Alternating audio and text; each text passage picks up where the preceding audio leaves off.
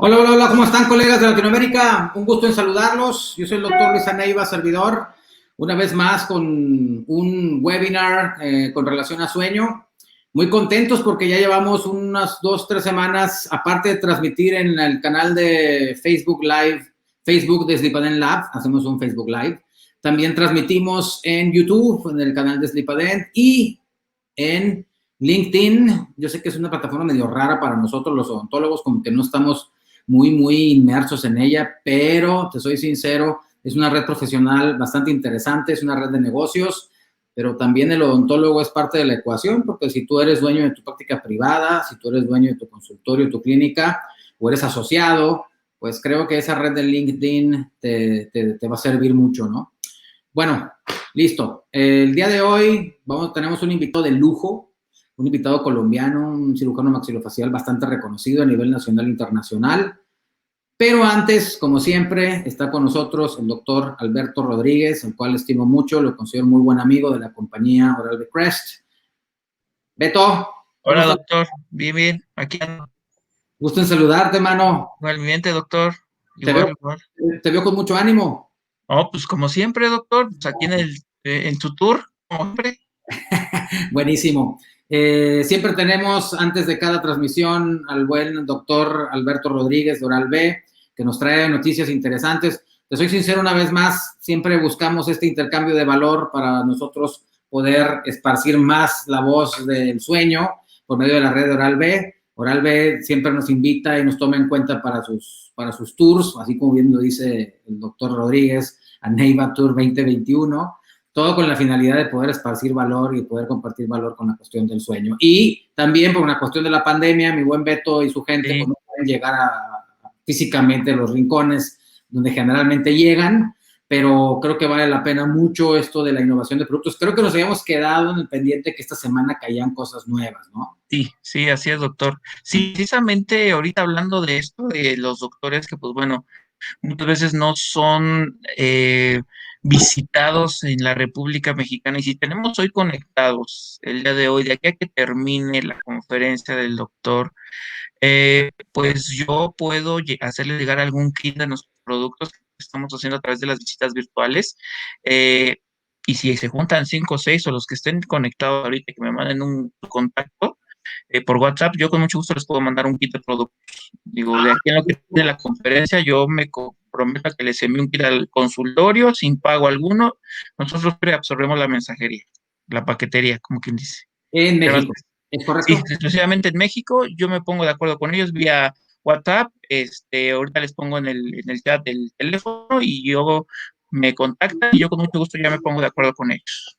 Acerca del kit. Bueno, pues nos Sí, platicas y aquí mismo pongo tu presentación, mi Beto, para sí, que claro que sí, doctor. valor. Me lo voy a Listo. estar un ratito, un ratito. Sí, 5 minutitos nada más. De hecho, ahorita en la actualidad hemos innovado y desarrollado nuevos productos. Tenemos 4 cepillos nuevos, bueno, 3, porque pues bueno, el cepillo de ortodoncia entra dentro de este kit, pero bueno, ya lo tenemos, ¿no? O sea, nada más le cambiamos un poco el blister, la imagen, pero en realidad es cepillo para ortodoncia. Son 3 nuevos que pues seguimos innovando porque el mercado así lo pide. De hecho, incluso recomendaciones de los doctores, eso nos ayuda porque todos estos cepillos van enfocados y desarrollados solo para expertos, que son los odontólogos. Estos cepillos ya están a la venta en algunos canales de distribución, no en todos, todavía no está formalmente ya cerrado esta distribución. Quizás por ahí en su localidad no lo encuentren todavía. Yo espero que en 2 o 3 semanas más ya estén en el mercado. Son cepillos que se van a llamar Oral-B Expert, que así va a ser la línea, pues, para expertos, como yo les había comentado.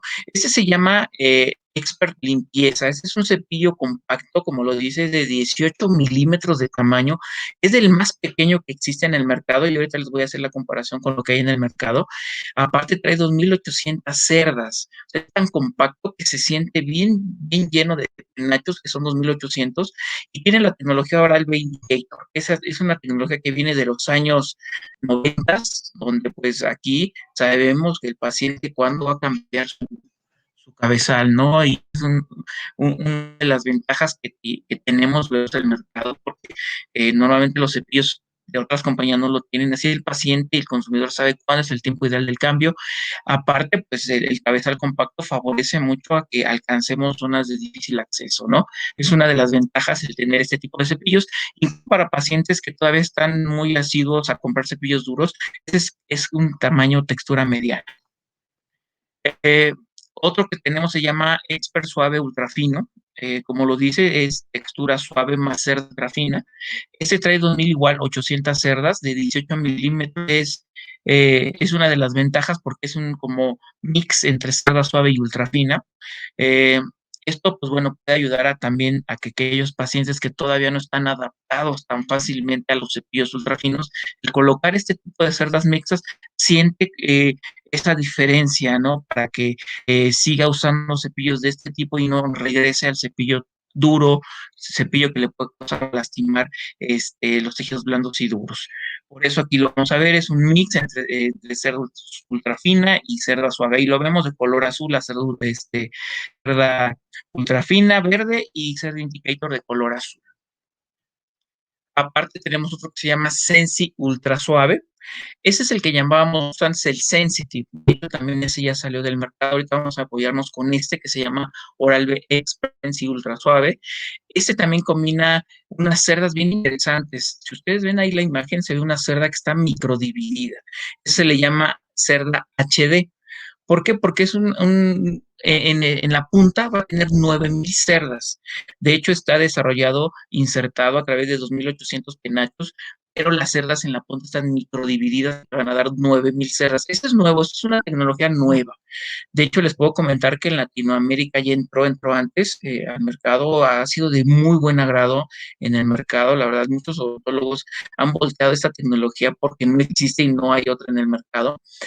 Eh, y pues bueno, es tanto su densidad en la punta que puede penetrar y mejorar aquellos sitios de penetración en aquellos pacientes que luego son muy difíciles de disminuir los puntos de sangrado. Este es muy bueno porque aparte tiene cerdas indicadoras redondeadas para proteger el esmalte y las encías que se ven en medio de color azul, que son bien visibles. Igual es compacto, es tamaño 18. De aquí en adelante, pues bueno, estas innovaciones van a seguir surgiendo y pues bueno, eh, son acciones que toma la compañía, porque pues, muchas veces los pacientes tienden a no cambiar y tienden a que en algún dado momento, por más que se les trate de educar, es bien difícil, complicado después de más de 30, 40 años con esa técnica de cepillado y con ese cepillo que están usando siempre, que pues mejor tomamos este tipo de acciones para que el mercado y los odontólogos empiecen a tener otras opciones en el mercado. Pues bueno, esa es la imagen que yo les comentaba, las cerdas HD comparadas con las cerdas que existen en el mercado, que son de 23 milímetros, versus con las que tenemos nosotros nuevas de 18 milímetros. Digo, sí es un cambio perfectamente en cuanto a tamaño, y esto va a venir a innovar más el mercado, ¿no? Incluso para zonas de difícil acceso, por ejemplo, la zona lingual, eso se les complica de repente a los odontólogos. Esa es una de las desventajas de usar cepillos tamaño 35. Con este 18 perfectamente se puede cepillar y hacer los movimientos de barrido y de cepillado del paciente. Y pues bueno, ese es el cuadro que tenemos de los cepillos ultrafinos más nuevos que tenemos. Ahí se ven todos son de 18 milímetros. Lo único que cambia son un poco la cantidad de las cerdas hasta llegar a las 9000 puntas o penachos que tiene el cepillo HD.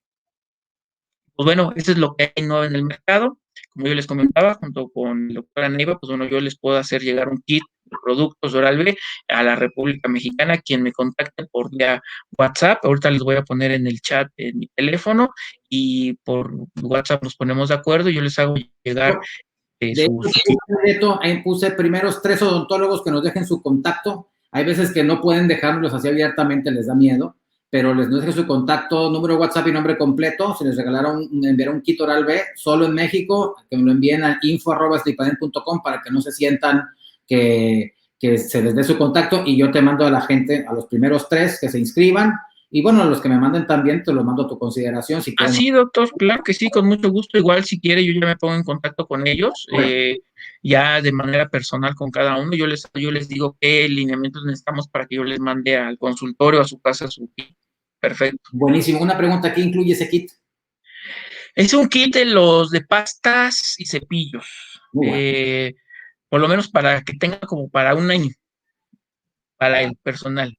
Claro, no, pues es que ahorita ya no nos llega nada, no nos llega nada, estamos olvidados por todos, entonces, No, pues es que la pandemia, doctor. y Oral B nos tiene acostumbrados siempre a tenernos un buen servicio, una buena atención, a apapacharnos. Entonces, bueno, pues ojalá y por este medio podamos reconectar con nuestros colegas en México, ¿sale?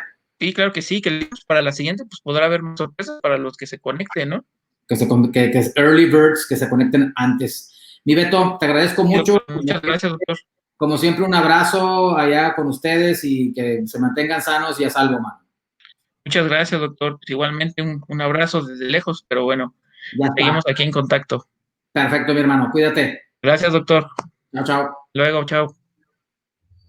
Y bueno, ya no se los voy a hacer tan cardíaca. Vamos a presentar a nuestro siguiente invitado, pues bueno, que es la razón por la cual tenemos nuestro webinar el día de hoy.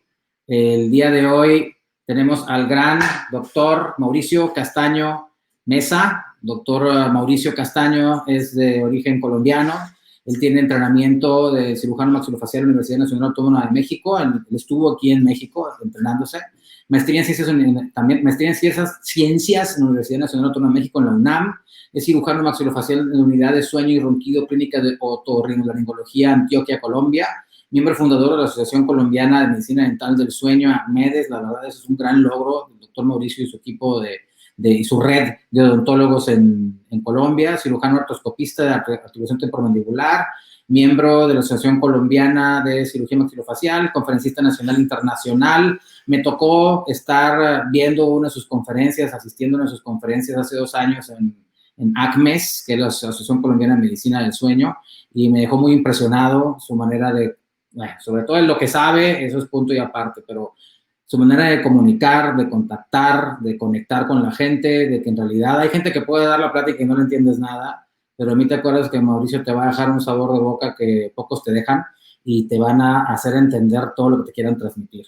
Sin hacer tanto alboroto, quiero poner déjame encontrar y llamar al estrado al buen doctor Mauricio Castaño. Mauricio. Hola, Luis, ¿cómo estás? No sé ya si está bien conectado, si me escuchan. Todo está bien conectado, todo se ve re bien, todos estamos aquí listos. Para mí es un honor, hermano, tenerte aquí con nosotros y compartir lo que tú sabes con la gente que nos se conectan de diferentes partes de Latinoamérica y de Iberoamérica. Me encantaría que la gente nos ponga sus saludos, que nos digan de dónde son, que nos pongan de qué partes, y de Honduras, y de Argentina, y de Colombia, tenemos de México, de cualquier lugar de donde se habla hispana y que tengan interés en sueño. Nos ven y todas las preguntas que tengan para Mauricio, déjenmelas escritas y al final las vamos a responder. Si no los pongo en tiempo real como los saludos, no se me preocupen, no se me enojen, lo vamos a poner cuando terminemos y vamos a contestar todas las preguntas que quieran, porque la verdad tenemos que aprovechar al máximo al doctor Castaño. Bueno, no siendo más y con esa gran introducción, Luis, primero darte las gracias por la invitación. Claro. Segundo lugar, también felicitarlos a ustedes en México, porque sé que iniciaste con esta labor de hacer también una asociación. Hoy en día pues se ve como un trámite más, pero con los años la historia nos recordará alguna cosita buena que hicimos por ayudar a la medicina dental del sueño. Realmente el enfoque que quiero dar es parte de lo poco que hacemos nosotros como cirujanos en el campo de la medicina dental del sueño, con un propósito muy importante que es, iniciamos poco a poco como abriendo caminos, porque como tú lo sabes, son especialidades y subespecialidades muy nuevas que terminan siendo difíciles de entender en algunas ocasiones.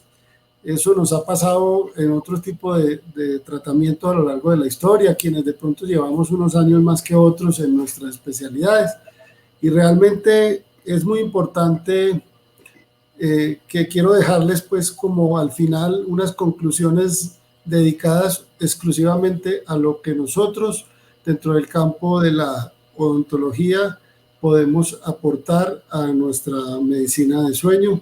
Sé que en el auditorio pues existen diferentes especialidades, tanto médicos como odontólogos. Sé que es muy fuerte la parte odontológica y es a los odontólogos, a nuestros colegas con quien quiero llegar, dejarles un poquitico de información y con el mayor gusto a la final les puedo ampliar todo lo que deseen. Como Luis comentó, pues trabajo aquí en la ciudad de Medellín en una clínica que se llama Clínica Orlan. Es la clínica de otorrinolaringología. Manejamos un volumen muy grande de pacientes en el área de otorrino y las especialidades afines. Digamos que es un centro de referencia en nuestra ciudad y en el área, digamos, de la zona de Colombia donde nos encontramos localizados. Mauricio, en Medellín, digo, y va a ser mi última interrupción, en Medellín, ¿cuánta gente habrá? En población, tenemos una población pues cautiva entre 2 millones a 4 millones en un día, 2 millones y medio a 4 millones, porque hay muchas personas que se movilizan en las zonas conurbadas, muy semejante pues a todo lo que sucede también en Ciudad de México, pero tenemos la influencia de otros grupos poblacionales en distintas partes, digamos, del departamento. El departamento es como en México le llaman estado, es lo mismo. Pues no, aprovecho la oportunidad para hacerle la invitación. Nuestras puertas siempre estarán abiertas en la ciudad de Medellín para que conozcan pues nuestra bella ciudad. Tenemos, pues hoy todos estamos en pandemia, unos más que otros, pero básicamente lo importante de todo esto es aprender ese legado y poco a poco cuidarnos y retomar la vida como la hemos reconocido siempre. Entonces, invitados. Te dejo con tu público.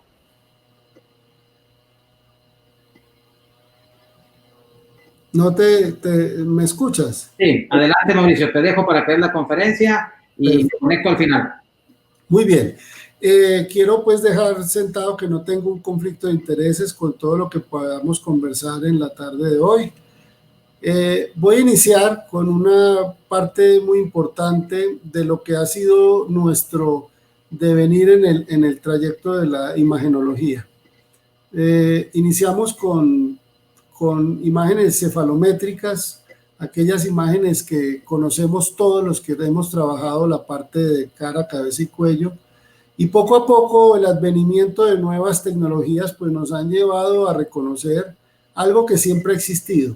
Somos tridimensionales y lo que no ha progresado, lo que no progresaba hace unos 10 o 15 años eran las imágenes en nuestras diagnósticas, en nuestras áreas de interés.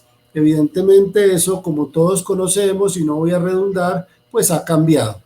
Sin embargo, ha cambiado en tecnología, pero a veces, como lo mencionaba yo la semana pasada en otra plática, no ha cambiado en el concepto de entendimiento de esa tecnología.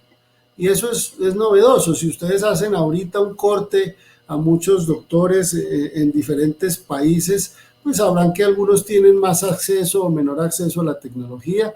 No quiero decir que la tecnología sea lo mejor para todos, pero es importante ir reconociendo que tenemos muchas alternativas para conocer o para integrar a nuestros diagnósticos información que uno a uno han ido mejorando nuestra visión y nuestra manera de entender las cosas.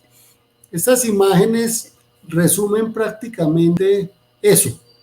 Anteriormente nos centrábamos en una imagen, como les decía, en 2 dimensiones, y hoy en día los algoritmos de todos estos equipos, una marca más que otra, eso no tiene importancia, pues nos han permitido diferenciar con colores, con formas, poder hacer mapeos axiales, sagitales, reconocer toda nuestra anatomía y evidentemente ya no se nos hace como tan difícil. Sin embargo, una de las primeras cosas que quiero dejar claro es que seguimos viendo todo, aunque lo tengamos en 3 dimensiones, seguimos pensando solo lateralmente, es decir, en sentido sagital. Y eso es parte de la temática en la que debemos ir cambiando esos conceptos. No podemos continuar quedados mentalmente en la idea de que cambiaron las imágenes a 3 dimensiones, que podemos hacer muchas figuras, pero seguimos pensando en 2 dimensiones. O sea, cuando vemos estas imágenes, pues nos aparecen agradables y quienes tienen oportunidad de jugar con ellas, digo jugar porque uno, pues con los programas virtuales hace muchas bonitas cosas, se queda pegado en las dos dimensiones. Entonces, casi que todo lo enfocamos a una vista lateral. Vamos a ir desarrollando ese tema a medida que hablemos. Finalmente, pues nuestras publicaciones, las revisiones que podemos ver, unas son más nuevas, otras son muy relevantes de hace algunos pocos años, pues nos han dicho que los procedimientos a nivel de la vía aérea, tanto tiene que verse en 3 dimensiones y se ha determinado que se han podido ya cuantificar, comparar y evaluar, pues ya no solamente esos cambios desde el punto de vista de vía respiratoria, solamente de manera cuantitativa, sino cualitativa, se han podido determinar cuáles son los mejores sitios en donde puede haber un incremento de los procedimientos o mejoras. Y en conclusión, para no enredar mucho y que ir despacio, vamos gateando y a la final nos complicamos la vida, pues vamos a reconocer que las vías aéreas a nivel de orofaringe, de hipofaringe, de velofaringe principalmente, han tenido cambios o generan incrementos mayores en distintas partes. Y principalmente este artículo pues nos centra que la orofaringe pues es el área en donde hay un cambio mayúsculo a comparación de los otros escenarios. Yo quiero primero explicar esta imagen porque esto fue una prueba que hice hace algunos años con un dispositivo de avance mandibular, del cual voy a tocar solo pequeños puntos o fragmentos, porque aunque pues, los que me conocen saben que llevo muchos años trabajando en dispositivos, como odontólogo y como cirujano lo he hecho hace muchos años, pues voy a enfocar únicamente hoy en parte quirúrgica. Pero me interesa que veamos estas imágenes, porque vamos a reconocer en ellas un mismo paciente, con un movimiento de avance mandibular. Lo que vamos a interpretar primero es que aquí tenemos un paciente en una, podríamos definirlo como oclusión céntrica, y aquí tenemos el paciente con un dispositivo titulado en un máximo avance. Podemos observar que los cambios evidentemente se ven en el movimiento, en las características dentales, en la apertura anterior, pero yo quiero que nos centremos en la información que nos arroja las mediciones tomando en cuenta partes topográficas fijas como son la parte cervical y observamos cómo los movimientos con un avance en un dispositivo pues nos generan evidentemente algo que tiene una correlación que es importante reconocer. Si ustedes conocen la mayoría de odontólogos, pues se les hace más fácil observar, pues aquí vamos a ver un movimiento que se hace aproximadamente de 7 a 8 milímetros y pensaríamos en primera instancia que este movimiento mandibular de 7 u 8 milímetros tuviese una correlación directa del avance con los cambios en los movimientos mandibulares, y eso pues desafortunadamente no es tan cierto en algunos casos. En esto podríamos visualizar cómo a nivel inferior, tomando otro punto de referencia, pues nos damos cuenta que el mismo avance sí representa cambios importantes en el paciente. Entonces, esto lo quiero solamente dejar a colación para que vayamos reconociendo nuestros alcances y en qué momento podríamos depender de estos criterios para tomar decisiones futuras. Evidentemente aquí tenemos otro caso similar, que fue un paciente que si alcanzan a ser observadores ya tuvo procedimientos de tejidos blandos, el caso típico de una uvuloparatofaringoplastia, que ha sido un procedimiento discutido en relación a la efectividad a largo plazo, y evidentemente en un corte diferente, pero con un mismo tomógrafo de cono o con BIM, pues podemos observar cambios que van a representar movimientos similares, pero que pueden darse cuenta que los movimientos en la parte de orofaringe quizás sean menores, aunque generen grandes cambios. A nivel de base de lengua se ven mucho más sustantivos y a veces a nivel de hipofaringe se mantienen con similares características. Entonces vamos encontrando detalles que nos permiten en un determinado caso ir tomando decisiones. Si trasladamos esta misma información al mismo paciente que les mostré hace un momento, pues vamos a poder correlacionar esta información de cómo los cambios son más sustantivos, en este caso a nivel de hipofaringe que a nivel de base de lengua. Son dos casos distintos, dos pacientes diferentes con un mismo tratamiento, pero que no podría obedecerse a una solución igual en un paciente que en otro. Entonces me quiero centrar en algo que ha venido o que poco a poco ha ido logrando a nivel de nuestro grupo. Por ejemplo, el trabajo, contamos con grandes especialistas otorrinos y somnólogos que nos han permitido, pues con los que hemos trabajado muchas cosas a título de iniciar como todos. Yo por lo menos en mi corta experiencia en este caso, pues inicié hace aproximadamente 3-4 años con las somnoscopias o los DICE, o como le conocemos a todas las nasofibroscopias inducidas o con sedación. Y realmente, pues, esta información poco a poco nos va permitiendo a nosotros, no es lo que veamos en conferencias ni lo que leamos todo el tiempo. La invitación es tratar de que involucrarnos en equipos multidisciplinarios y empezar a reconocer, tanto de la parte médica a la odontológica y viceversa, que existe mucha información con la que nos podamos ayudar. Centrándonos en esto, les hablaba inicialmente de la parte tridimensional, les hablaba ahorita de imágenes laterales o sagitales, pero la fisiología y la fisiopatología del SAOS no es de esa manera, es completamente concéntrica. Entonces, los elementos que juegan papeles importantes son concéntricos, anteroposteriores, son laterales, y los niveles de obstrucción pues se han ido midiendo. Una de las escalas con las que más estudiamos esto en compañía de los otorrinos expertos en somnoscopias es el bote, donde podemos ver la calificación de la velofaringe, de la orofaringe, de la base de la lengua y la epiglotis.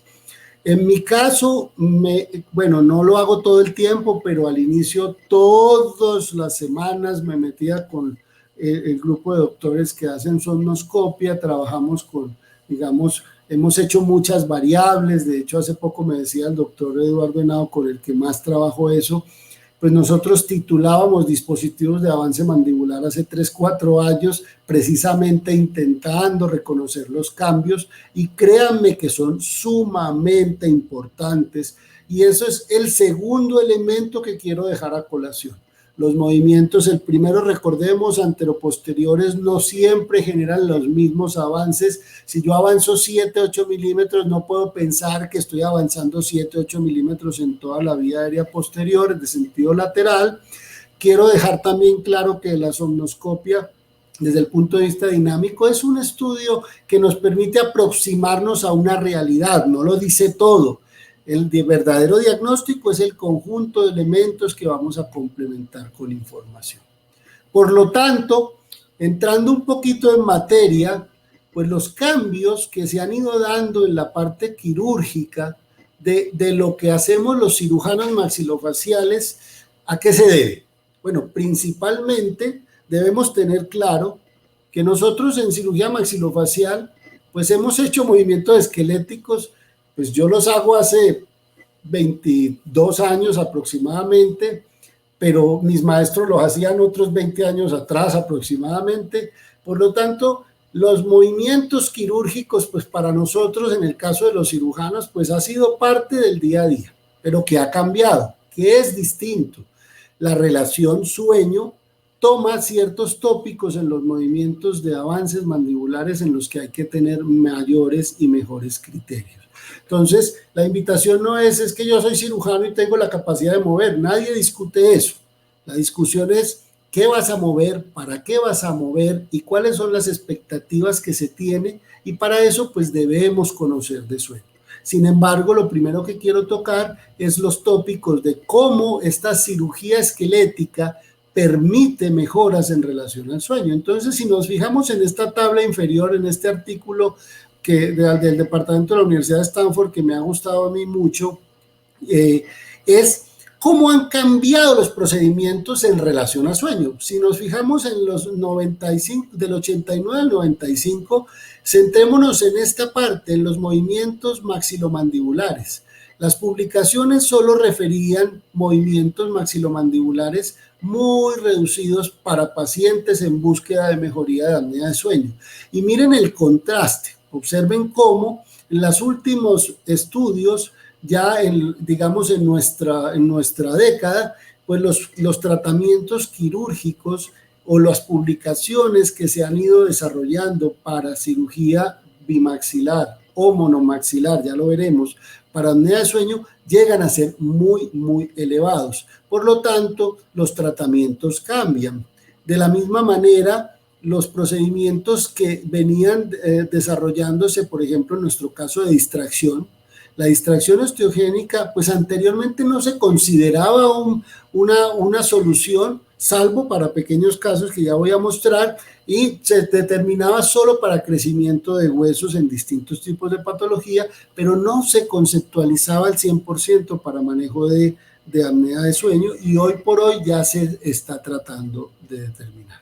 Entonces, vamos a integrar esto a lo que nos encontramos en el día a día. Vamos a encontrar pacientes con patologías de crecimiento y desarrollo, la gran mayoría, pero también tenemos algunas alteraciones congénitas en las que podemos nosotros intervenir.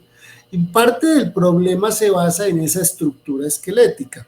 Esa misma estructura esquelética que definitivamente necesita mejorar las condiciones en donde se soportan los tejidos blandos, y es algo que ya está muy documentado y demostrado. Entonces, entrando en materia de crecimiento y desarrollo, podemos, por ejemplo, tenemos mucha casuística de pacientes con distracción neonatal. ¿En qué sentido?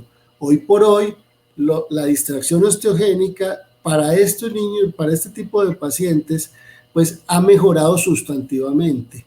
¿Por qué? Porque definitivamente ya es prácticamente un gol estándar para determinar, digamos, mejores alternativas de soluciones inmediatas que no son muy, muy complejas. Bueno, parte de ello pues son distintos distractores.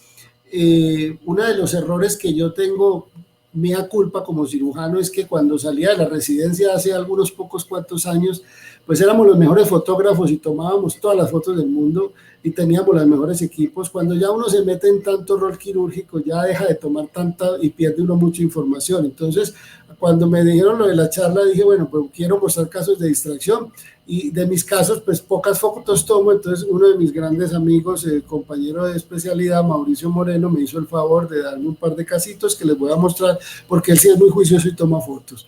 Aquí tenemos pacientes de distracción neonatal, donde colocamos estos dispositivos de forma muy inmediata para permitir la ventilación del paciente. No se puede pretender, o no vayan a creer que es un tratamiento muy cruento. Realmente es una solución incluso fácil de realizar, no es nada compleja, solo es manejar vectores y con grandes resultados. Aquí podemos ver cómo el bebé se le adaptan los dispositivos y con una activación gradual que sigue los mismos preceptos de la distracción que conocemos todos los que hemos manejado en diferentes áreas de la anatomía, pues se realiza el procedimiento, nos esperamos unos 2-3 días, a veces un poquito más, a veces un poquito menos, se inicia la activación, se consolida, se deja una etapa de formación de hueso y luego pues se remueve el dispositivo. ¿Qué nos permite esto? Mejorar la vía respiratoria. ¿Es una solución definitiva en un paciente neonato? No, porque ahí se conjuga el crecimiento y desarrollo, que es un tema que podemos ver en las siguientes imágenes. Aquí tengo otro casito de un paciente que operé hace algunos años, pero ya no es neonatal, ya es un niño que tiene, ya no recuerdo realmente, creo que eran 8 o 9 años, y vamos a ayudarnos con mandíbulas un poquito más formadas a estimular las zonas mandibulares que tienen mayores de mayor necesidad. Recordemos que en este caso son dispositivos colocados bilateralmente y que tienen una activación de la misma forma en que lo expliqué hace un momento. Generalmente unos los hacemos dentro de la boca, otros como los que le mostraba extraorales. En este punto a veces dicen, ay doctor, pero ¿cómo le ponen aparatos extraorales todavía en el siglo XXI? Pues en el siglo XXI se los ponemos a los neonatos porque es la mejor solución, la más sencilla, y crean que eso no deja ni cicatriz a lo largo de los años. Pero también tenemos casos como este, por ejemplo, este es un pacientico mexicano, por cierto, que tratamos hace algunos años y que tuvimos pues la oportunidad de verlo en crecimiento y desarrollo. Evidentemente, él era un paciente que no tuvo una intervención neonatal, su tratamiento fue tardío, pero posteriormente, cuando ya estaba adolescente, yo ya lo agarré en estos periodos, en este punto adolescente, pues podemos ver deficiencias esqueléticas y lo más seguro es que sea un paciente que vaya a tener condiciones o necesidades de tratamiento posterior. Claro que sí, las va a necesitar porque sus condiciones exceden, digamos, las normas mínimas de crecimiento y desarrollo, pero es una solución con la que nosotros podemos integrar en algunos momentos de la vida. No es que tengamos que la necesidad de hacerlo hoy, todo, o sea, de agarrarlo a los 6, 7 años o desde neonato y toda la vida ponerle aparatos. No, son ciertos momentos en etapas de su vida donde podemos integrar parte del tratamiento. Acá tengo otro pequeño casito en donde colocamos otro tipo de distractores, donde tomamos, como podemos ver, ya es a nivel de cuerpo mandibular, un paciente un poquito más grandecito y que ya vemos que tiene una fórmula dental un poquito, ya él tenía como 14, 16 años y que son parte de los tratamientos con los que podemos trabajar. Pero también nos vienen distintas patologías. No solamente son problemas de naturaleza congénita, sino que en crecimiento y desarrollo también se nos suman pacientes como anquilosis de articulación. En este caso, Israel es un paciente que tuvo una anquilosis, lo empezamos a tratar de adulto a los 18 años. A veces, desafortunadamente, los sistemas de salud, no sé, pasan muchas cosas y sucede que los pacientes pues no se tratan a tiempo y las anquilosis generalmente en este caso fue traumática, pues sobrevienen con una alteración completa de crecimiento y desarrollo.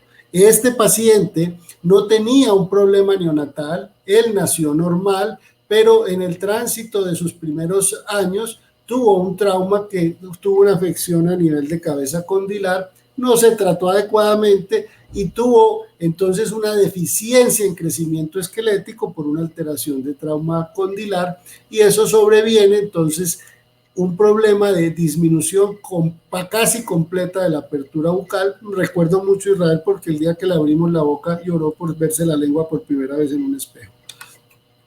Entonces, de ahí ya vienen ciertas variantes. Variantes, por ejemplo, esta es una publicación de la doctora Pilar Rubio, española, que pues me ha gustado mucho porque nos ha enfocado más en el tema de distracción muy selectiva.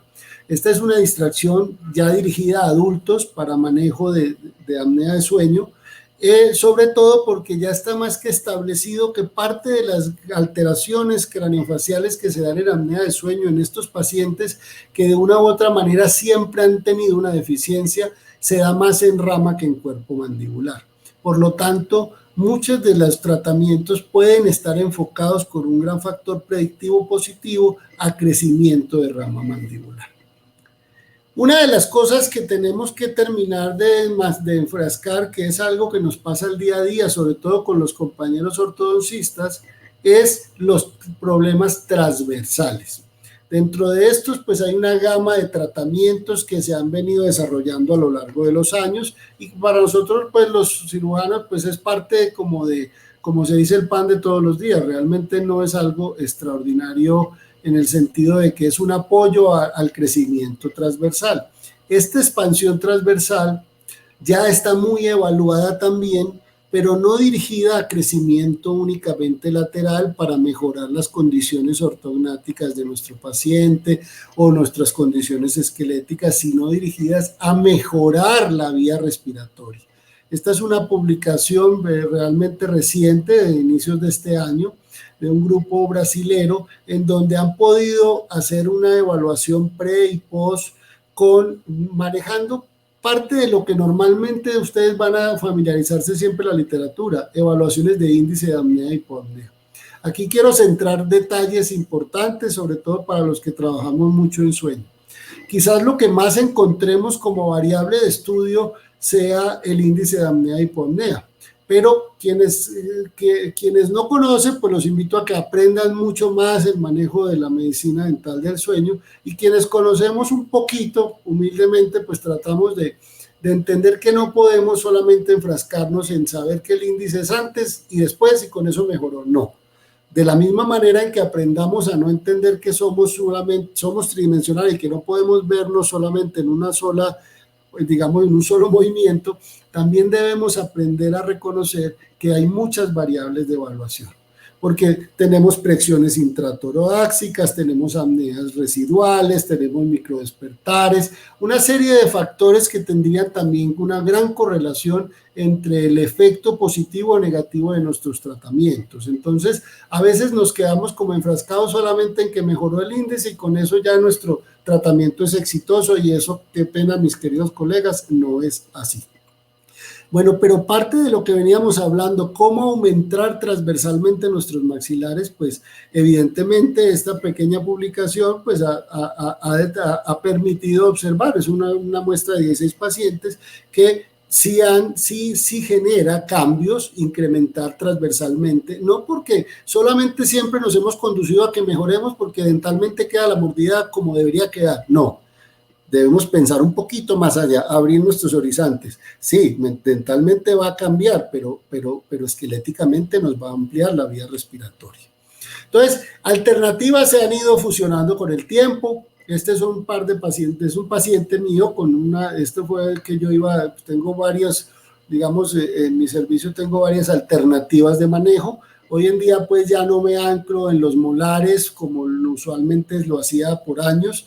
Ya tengo, pues digamos, dispositivos distractores mucho más sencillos que se colocan literalmente sobre el paladar con las debidas osteotomías y que son movimientos mucho más fáciles que no afectan a los órganos dentarios. Entonces, quizás pues es una alternativa mucho más usada actualmente por mí en relación a movimientos transversales o dirigidos a cualquiera de los dos escenarios, o un paciente con un problema esquelético, que ustedes conocen mucho de eso, o un paciente como es este paciente que lo estoy preparando para una cirugía bimaxilar, pero no puedo obviar que transversalmente tiene un colapso y necesitábamos realizarlo. Este paciente el próximo mes, si Dios quiere, lo estoy operando ya del tratamiento final.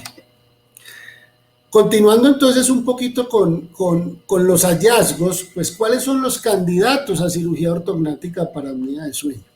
Generalmente cuando nosotros hablamos de candidatos, pues vamos encontrando a veces biotipos y fenotipos de pacientes que son el común denominador. Todos sabemos que la retrognasia mandibular, que los que tienen estrechez de vía respiratoria, los que son clase 2, los que tienen una longitud aumentada de las vías aéreas superiores, tienen condiciones favorecedoras para ser candidatos a cirugía.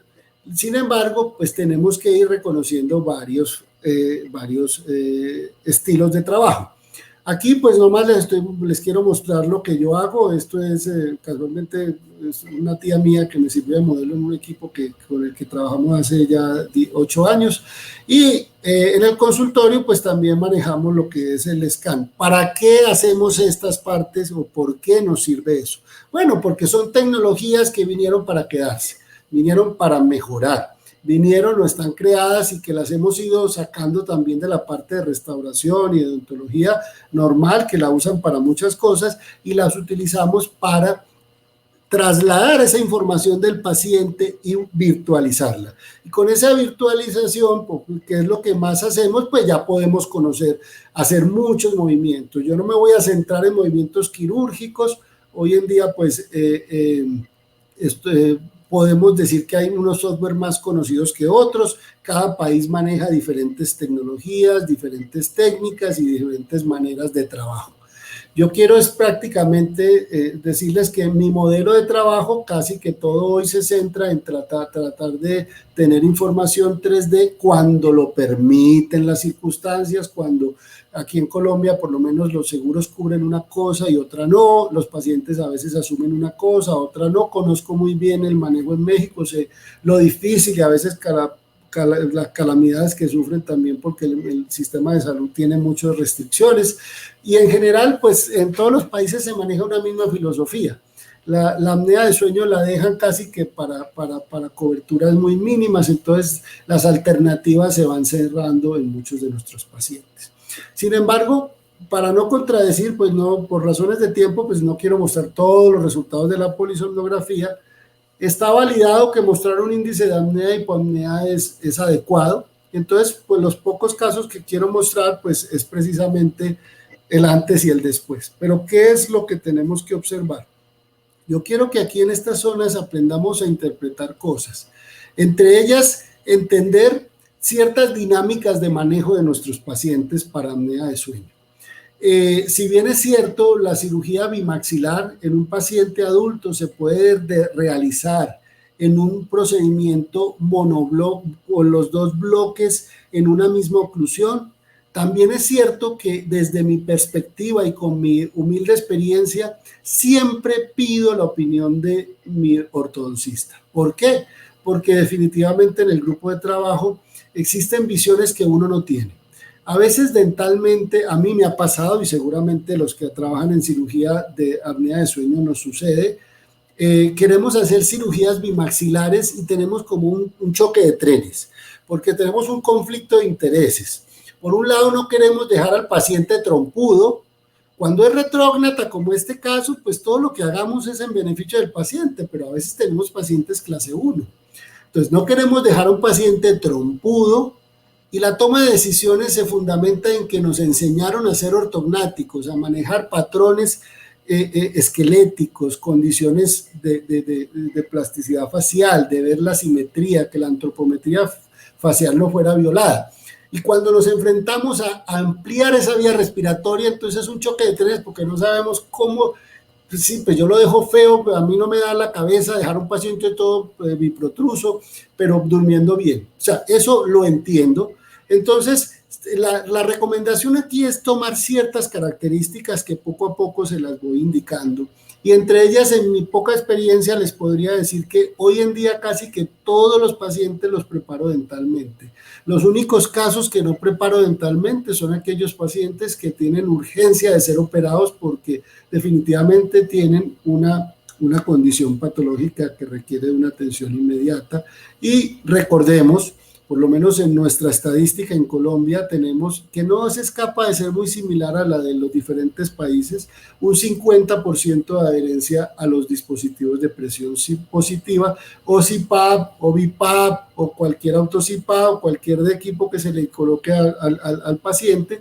Estos equipos evidentemente tienen una adherencia y son muy buenos, hay quienes trabajan una estadística más, una menos, pero en porcentajes trabajamos sobre un 50% de no adherencia. Entonces, a veces hay pacientes que no se adhieren, requieren soluciones muy rápidas y que, digamos, de alguna u otra manera lo hacemos sin preparación dental. ¿Qué busca la preparación dental? En términos generales, uno de los principios básicos es tener las arcadas dentales, como en todas las, digamos, preparaciones ortognáticas, alineadas de manera individual. Lo segundo, y bien importante, es tratar de entender cómo podemos manejar nuestra posición dental. Nuestros ortodoncistas son muy ávidos con reconocer cuáles son los movimientos dentales, si hay que cerrar arcadas, los mismos principios de alineación, nivelación y balance dental, pero aquí lo que nos va cambiando son a veces algunas retroinclinaciones, a veces algunas proinclinaciones, porque siempre debemos procurar cuando hacemos movimientos en maxilares o en mandíbulas, tener ciertos criterios de éxito. Por ejemplo, en nuestro paciente es una paciente muy clase 2 que la preparación ortodóntica nos permitió lograr un avance mandibular de aproximadamente 9 milímetros. Con ese movimiento, quizás las ideas en tener un índice pues realmente moderado a una paciente con condiciones de lipomatosis cervical, retrogenia, con una parte cervicomental corta, con incompetencia labial, con una posición, digamos, una preparación dental que permitiese, digamos, casi que hacer una rotación antihoraria dentalmente hablando, sin tratar de descender el maxilar en la parte posterior, pues logra uno resultados objetivos. Y a esto le sumamos pues el grado digamos, de colapsabilidad que vemos. Siempre hay un efecto de reloj de arena y observamos cómo pues podemos predecir que si un avance nos da grandes resultados a nivel de cuerpo con una técnica sagital, pues, y sumado a esto hacemos una protracción de genioglóseos, de genioideos y de la suspensión del hioides, porque literalmente también nuestro hueso hioides va a cambiar en posición, pues podemos pensar, como fue este caso, en un movimiento de un solo maxilar. Y efectivamente en esta paciente, pues tenemos resultados bastante importantes. De ahí se empiezan a conjugar ciertos modelos. Esta es otra pacientica joven que tuvimos, digamos que podemos, ya aquí vemos, mezclamos apnea e hipoapneas, o sea que aquí ya no lo veo con índice, sino con el RDI, y vemos cambios bastante sustantivos en su procedimiento. Aquí es un pequeño audio de la paciente, de una vez podemos oírlo. Fue portadora de CPAP. Soy paciente con apnea del sueño diagnosticada del año 2015. Luego de ser diagnosticada, visito al doctor Mauricio, quien me evalúa todo mi proceso, todo mi caso, y me da la opción de ser operada. Hace un año y 2 meses fui operada, el 5 de julio de 2018 fui operada, y ahora en junio pasado me hice el examen final del sueño, en donde salió que pasé de una apnea moderada a tener 0 apneas. Quiere decir que la cirugía fue todo un éxito, estoy muy feliz por eso y agradecida por el doctor. Bueno, en términos generales, de pronto aquí podríamos considerar factores que era lo que les hablaba hace un ratico. Es una paciente con un tercio inferior, digamos, deficiente, y que probablemente pudiese yo considerar solamente un avance a nivel de mandíbula. Sin embargo, determinando en esta paciente los análisis de sus espacios y sus vías respiratorias, evaluaba y los progresos de la ortodoncia. Por eso les decía, hoy por hoy a mí me ayuda mucho que la ortodoncia prequirúrgica, y el paciente es muy consciente de ello. Cuando están usando CPAP y dicen, doctor, pero ¿cuánto? Yo les vendo la idea, tratemos de adherirnos con nuestros terapeutas, se adhieren mucho más al CPAP, por lo menos es una visión. Al final del túnel sabemos que va a ser operado, pero entonces el paciente, digamos, como que acepta mantener un dispositivo de presión positiva durante ese tránsito porque ya lo llevaba usando, o hay algunos casos que se los colocamos mientras se preparan para su procedimiento. Entonces, el apoyo de la ortodoncista, en este caso del equipo de ortodoncia, es muy importante. Evidentemente, aquí tomamos la decisión de hacer un avance en ambos maxilares, porque nos permitía hacer la rotación antihoraria, un avance del maxilar en la parte superior evidentemente importante, un avance a nivel del cuerpo mandibular, porque es una rama corta, o sea, es una rama que en sentido vertical es corta, es deficiente y necesitaba tener mucho más empuje del cuerpo mandibular y no me podía solamente sesgar al movimiento que me ofreciera la descompensación dental, tenía que ir un poco más allá. Por lo tanto, preferí en este caso, que tenía un ángulo nasolabial en condiciones normales, dejarla un poquito con un ángulo un pelín más cerrado, con una fisonomía quizás levemente biprotrusa, pero que en términos generales pues me permitió resultados objetivos que el paciente pues trata de alguna manera de entender favorablemente. Siguiendo con esto, pues vamos determinando criterios de evaluación. Uno de ellos siempre es si tenemos ramas, por ejemplo, aquí tenemos una rama o una rama mandibular promedio, alta, tenemos un paciente que, si lo viéramos fisonómicamente, tiene una tendencia a tener una biprotrusión, pero que es un paciente con una deficiencia en la parte inferior, con una rama en relación a su cuerpo, con un ángulo goníaco abierto, y que esto nos permite ir correlacionando cosas y tomando decisiones. En este caso, el paciente tenía que hacerle yo una rotación antihoraria, hacer un avance de su maxilar para poder cambiar el eje de rotación de este cuerpo mandibular y permitir con este cambio que una vía aérea se me hiciera mucho más amplia, que no fuera tan estrecha.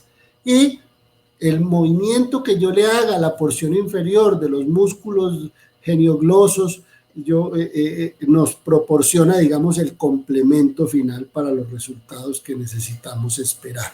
Entonces, el nivel de criterios va muy relacionado, en mi caso, a los progresos ortodóncicos. El nivel de criterio va muy relacionado a las decisiones y espera y el desespero y al tipo de síntomas que ofrezca nuestro paciente.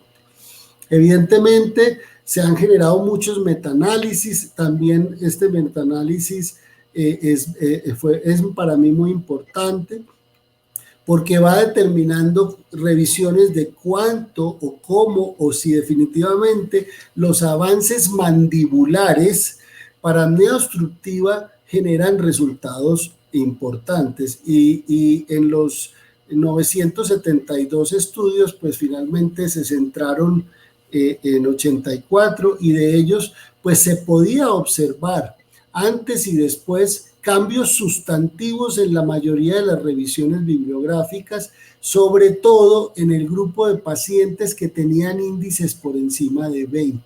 La pregunta que se hace uno, bueno, entonces, ¿para qué lo opero con índices tan pequeños? Porque la mayoría de nuestros pacientes, o por lo menos yo no sé si es casualidad, si es el modelo de nuestro sistema de salud, pero a mí no me llegan pacientes de 60 o 70 años muy comúnmente. Me llegan más pacientes entre grupos etarios, principalmente son más mujeres entre los 30 a los 50 años.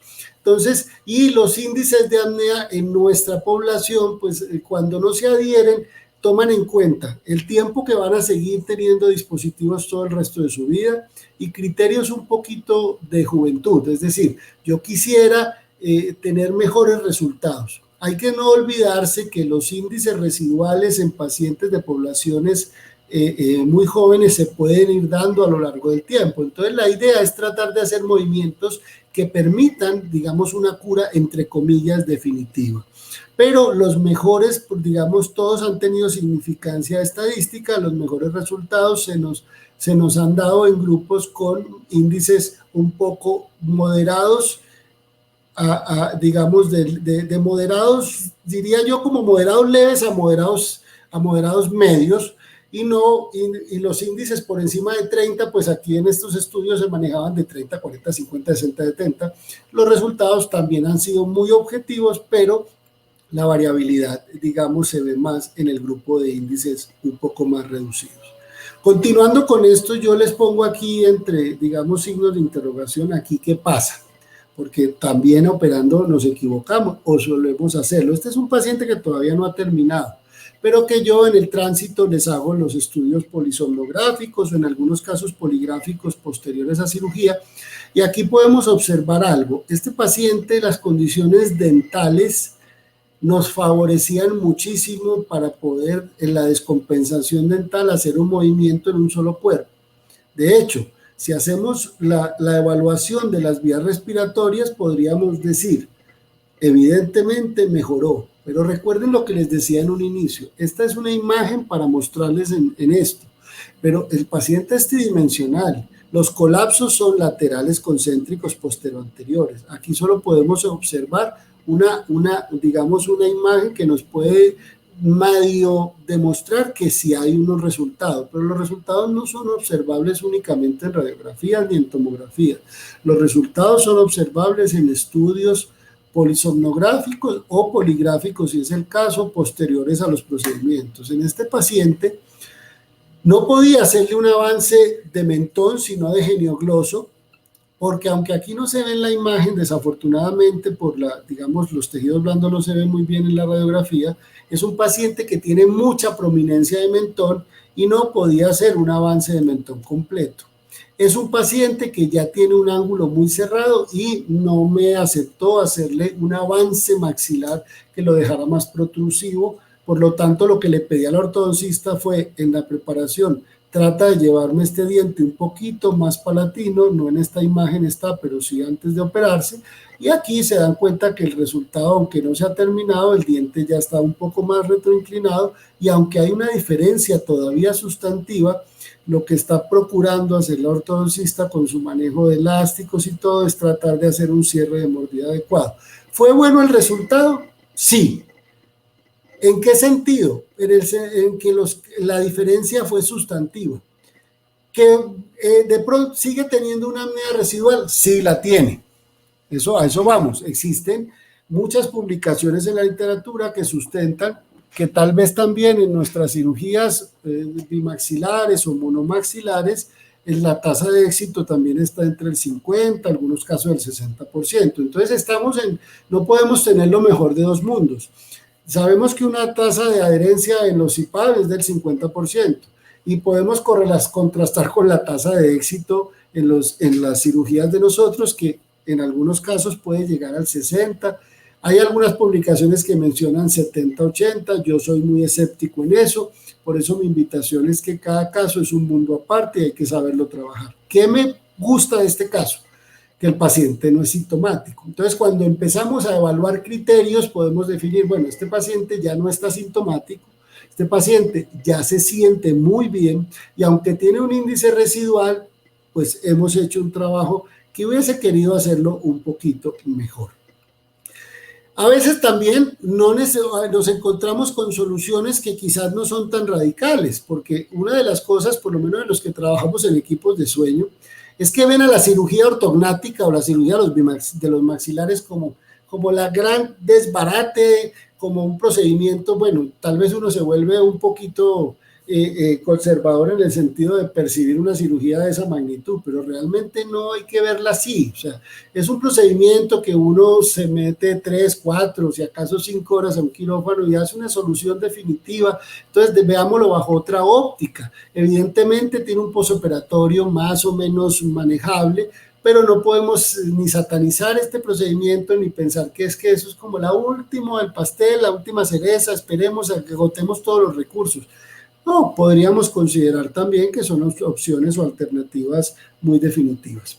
Cuando hablamos de avances de genioglosos para apnea de sueño, pues quise referirme a esta publicación porque realmente pues me parece que es digamos, de las publicaciones que te puede demostrar ciertas características de evaluación.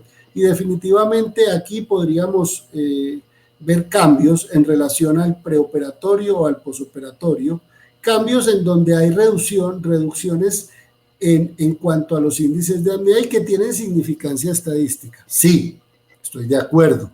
Estos cambios manejaban pacientes de 40 a 50 años en promedio, con una edad promedio de 46 años.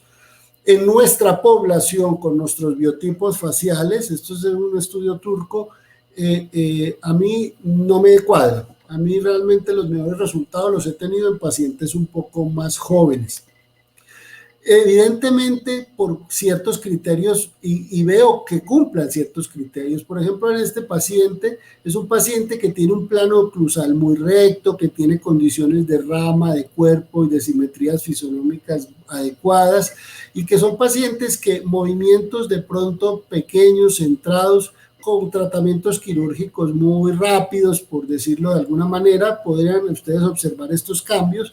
Son sustantivos si lo calificamos desde el punto de vista de partes laterales.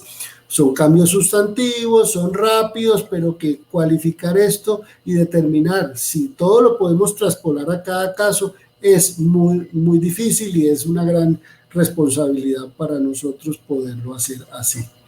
¿Qué hacemos hoy en día? Pues yo hago esto, hago guías quirúrgicas en algunos casos cuando tengo dudas sobre las dimensiones de los genioglosos, y estas guías me permiten, pues, guías de corte que me permiten hacer movimientos muy exactos, que tomo todos los músculos, porque una de las fallas a veces no es el no hacer la cirugía, es la técnica con que se hace. He visto muchos desgarros de genioglosos en unos pacientes, pues técnicamente trato de cuidarme en esto, pero he observado en otros colegas, digamos, resultados no prometedores, y a veces no es precisamente el que no haya funcionado, es que no se hizo como debería hacerse. Entonces también esa variable es bien importante a discutir y a considerar como técnica quirúrgica. Esta publicación es muy buena porque hace un metaanálisis de 30 y pico de mil de casos, 33.000 casos, en el modelo digamos, de salud de los Estados Unidos. Tienen forma de recopilar toda la información a nivel de todos los estados, y esto fue un estudio, pues, que se manejó con un corte a 10 años importante, donde pues prácticamente tomaron del 2002 al 2012, hicieron un corte de los procedimientos que se hacían para manejo de desórdenes respiratorios de sueño, en el término de manejos obstructivos, problemas de todo tipo, y las técnicas que se aplicaban en cada una de ellas. Esto es importante reconocerlo porque aquí pues se hizo una evaluación con un modelo estadístico que es ajustado tanto en edad como sexo, raza, y estos ajustes permiten, cuando se hacen modelos que en estadística, en investigación llamamos modelos de regresión logística multivariados, permite uno técnicamente, digamos, permite como esas covariables poderlas estudiar adecuadamente y ajustarlas a un intervalo de confianza. Para no ser muy enredado esta explicación, podíamos ver que esta era la mayoría en esta tabla inferior, pues se pueden evaluar los procedimientos. Yo me baso en la parte de ajustados, que son los más relevantes, y definitivamente los procedimientos dirigidos al paladar tuvieron una mayor complicación que aquellos procedimientos que se hacían. Por ejemplo, la traqueostomía era porque se hacían muy pocos traqueostomías, eso ya es algo que está muy en desuso para las apneas. Pero los procedimientos que se hacían arriba de la lengua, todas las suproglotoplastias, también fueron los menores porque se hacían menos, y los robóticos, digamos, también. Pero en términos generales, en estos cuatro, los procedimientos maxilomandibulares, los de base de lengua, fueron quizás menores complicaciones que los que se hacían en la parte nasal y en el paladar. No es que no tengan complicaciones muy asociadas a infecciones, a parestesias, a términos respiratorios, a edemas importantes, pero las hay. Aquí, por ejemplo, quiero mostrarles rápidamente este pequeño caso porque para mí me enseñó mucho. Este es un casito de una paciente ya de 50 años que tenía, perdónenme que no puse el índice, pero es un índice creo que de 56, si mal no recuerdo, con algunas portadora de CPAP, muy poca adherencia, pues una paciente en realidad muy chiquitica. Ella, una de las cosas que evalué en su procedimiento, en su análisis quirúrgico, primero hicimos una parte de mentón, pues hacer un avance de la parte inferior para mejorar su parte inferior, digamos, como un procedimiento previo, y no era suficiente, pero fue, digamos, algo que pidió la paciente en un principio. Pero en esta zona inferior, aunque las radiografías no nos enseñan mucho, lo primero que debemos tomar en cuenta en estos análisis es esta zona, esta parte, esta delgadez. Ella tenía una mandíbula muy pequeña, con una zona en donde hacemos las osteotomías muy delgada. Este es un caso, digamos, en donde uno tiene que conjugar muchas variables. Una de ellas es los pacientes con apneas, sobre todo de moderadas a severas, tienen una microvascularidad y problemas angiopáticos importantes, y sus procesos de cicatrización o reparación de tejido, sobre todo a nivel óseo, son sumamente lentos y tienen grandes riesgos de lo que le llamamos pseudoartrosis, que es cuando un hueso consolida pero se mueve, es decir, se forma un callo óseo que no mineraliza. Entonces a esta paciente, posterior a su proyección y su planificación, decidí hacerle unas prótesis en ambos lados porque su consolidación ósea era muy delgada, o sea, su mandíbula en la parte prácticamente retromolar era sumamente delgada. Entonces hicimos una planificación 3D para inclusive reforzar y darle un poco más de tonicidad al cuerpo mandibular. Entonces esto se hace completamente tridimensional, se hizo con unas prótesis de titanio. Estas prótesis de titanio pues realmente lo que hacen es permitir un avance mayúsculo manteniendo un cuerpo estable y ofreciendo a una paciente una vía aérea o una vía respiratoria óptima. Finalmente, pues los resultados en la cirugía que yo proyectaba en ella era una cirugía también bimaxilar. Era un procedimiento donde movemos todo nuestro maxilar, movemos toda nuestra mandíbula, le reforcé el cuerpo mandibular para poder lograr un movimiento importante de más de 20 milímetros en la paciente, y los resultados pues desde la óptica fueron esperados. La paciente realmente pues logramos controlar completamente su apnea de sueño. Los avances maxilomandibulares no se pueden solamente medir o alinear con los resultados clínicos desde el punto de vista fisiológico, de la amplitud de la vía respiratoria, sino que tenemos que conjugar también los resultados en calidad de vida. Entonces, hoy por hoy se han podido, esta es una publicación muy nueva en donde se han establecido índices, pues realmente hay unos cuestionarios que ya están muy conocidos, por ejemplo, de la Universidad de Ottawa, hay uno canadiense, hay varios que manejan calidades e índices de calidad de vida y han demostrado los resultados en tratamientos quirúrgicos relacionados con avances, un poquito como para quitarnos ese velo de que la cirugía maxilomandibular pues es como el último de los recursos. No, en algunas ocasiones ya poco a poco hemos logrado que sea el primero de los recursos y no necesariamente ser los de la cola. O sea, todo lo que hacemos es después de que prueben el CPAP, no. Se ha demostrado en un grupo importante de pacientes que tienen, digamos, entre 59 más menos 11 años, unos entre 40 y tantos y otros hasta 60 y pico, que realmente la mejoría en calidad de vida, satisfacción, como lo mostrábamos de pronto en esta niña que vimos ese testimonio, entre otros, es importante. O sea, no es solamente lo objetivo, también es lo subjetivo.